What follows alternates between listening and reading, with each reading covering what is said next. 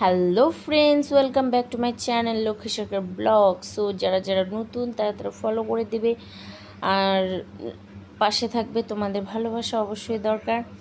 আর so আমি আজকে কি করছি সেটা তোমাদের সাথে শেয়ার করছি। সো আমাদের তো গ্রামে বাড়ি, এখন ভুট্টা রোদ্রে দেওয়া হয়েছিল, আমি বসে বসে ভুট্টা উঠাচ্ছি। বৃষ্টি পড়ছে, ভুট্টাটা পরেই উঠাতাম, বিকালে উঠাতাম, বাট বৃষ্টি পড়ছে বলে তাড়াতাড়ি উঠাতে চলে গেছি ঘর দুয়ার পরিষ্কার করেই। সো ভুট্টা উঠিয়ে তারপরে রান্না বসাবো। আর আমি পান খাই আমার প্রত্যেকটা ফ্রেন্ড বলে, বাট আমি পান খাই না, কিন্তু বাট আজকে খেয়েছি, তাই তোমাদের আমি দেখালাম। এখন আমি ভুট্টাগুলো উঠাচ্ছি, কারণ গুড়ি গুড়ি এদিকে বৃষ্টি পড়ছে। আর ওই যে আমার ছোটো ছেলে দেখো এসে ভুট্টা ফেলাচ্ছে, নষ্ট করতেছে। আর এই ভুট্টা দেখো আমরা কত কষ্ট করে পরিশ্রম করে এই ভুট্টা আমরা বিক্রি করে আমরা খুব কম মূল্য পাই। আর এই ভুট্টা পপকর্ন বানিয়ে তোমার হচ্ছে 5 স্টার হোটেলে বা 5 স্টার কোনো দোকানে বিক্রি হয় 100 টাকা বা 200 টাকা করে বাটি। সো আমরা একটা ভুট্টা কত পাই? 8 টাকা থেকে 10 টাকা পাই। সো এখন আমার ভুট্টা ওঠানো শেষ প্রায়। আর এদিকে ওরা গরমের মধ্যে মাজা খাবে, আর এদিকে আমি রান্না বসিয়েছি। আর রান্নার জন্য কি কি করব, এখানে হচ্ছে মিষ্টি কুমড়োটাকে আমি টুকরো টুকরো করে কেটে ভাজি করব। আর এটা কাটতে বসে পড়েছি, পটাপট কাটাও হয়ে যাবে। এদিকে ভাত হচ্ছে, যেহেতু আমি উনানে রান্না করি তাই উনানে রান্না বসিয়েছি।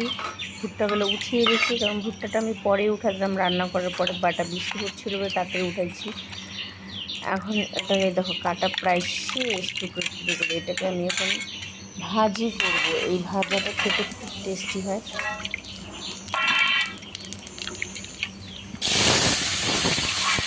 টেস্ট মানে খুব টেস্টি।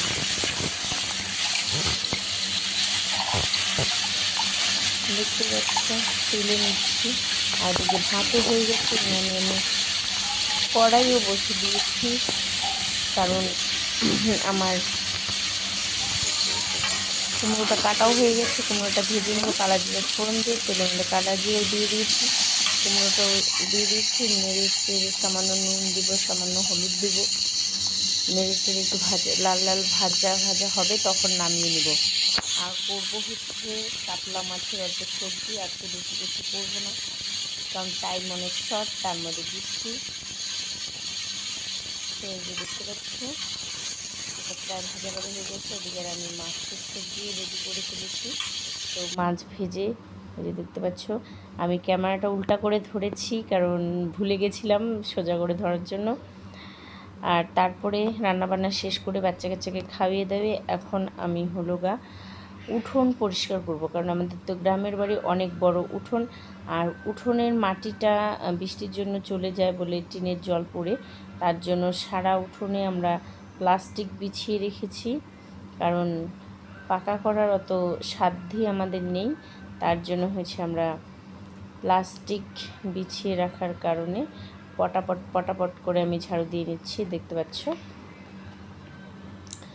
অনেক বড় উঠান আমাদের, প্রায় শহরের বাড়ি এখানে মনে হয় 4টা হবে, এত বড় উঠান আমাদের। কারণ ঝাড় দিতে প্রচুর টাইম লাগে। প্রায় টোটাল বাড়িটার চারিপাশে বা উঠান টুঠান মিলে মোটামুটি 1.5 ঘন্টা